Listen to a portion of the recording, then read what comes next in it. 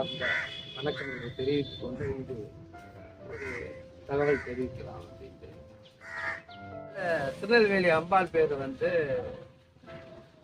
Kanthimathi.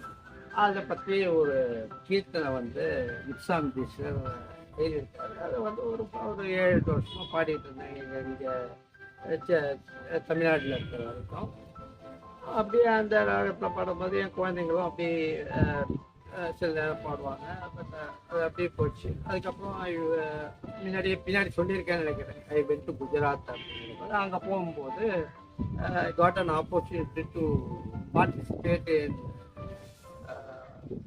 Inter departmental cultural activity அப்படின்ட்டு ஒரு program அங்கே நடந்தது.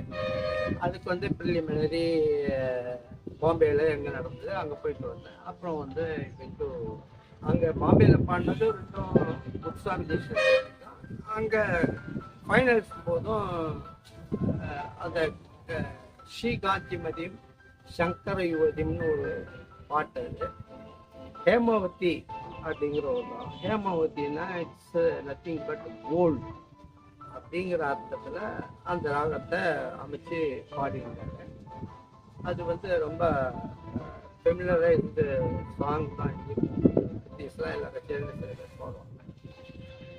அப்படி இருக்கும்போது அந்த ஒரு பாட்டு தான். ஆனால் ஒரு 3 minutes 5 minutes I performed and come out. I did not expect the result. Finally they declared as a number first selected for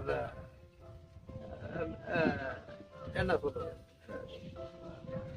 காம்படிஷனில் ஃபர்ஸ்ட் அப்படின்னு சொன்னாங்க. அது ஒரு ஒரு ஒரு ப்ரொசீஜியஸ் பொசிஷனாக இருந்திருக்கலாம் அப்படின்னு கூட நினைக்கிறேன். பட் என்ன சொல்ல விரும்புகிறேன்னா, முத்துசாமி தீட்சிதர் கிருத்தியை பார்த்தீங்கன்னா ஆத்தன்டிக்காக இருக்கும், இதுதான் அப்படின்னு சொல்லுவார்.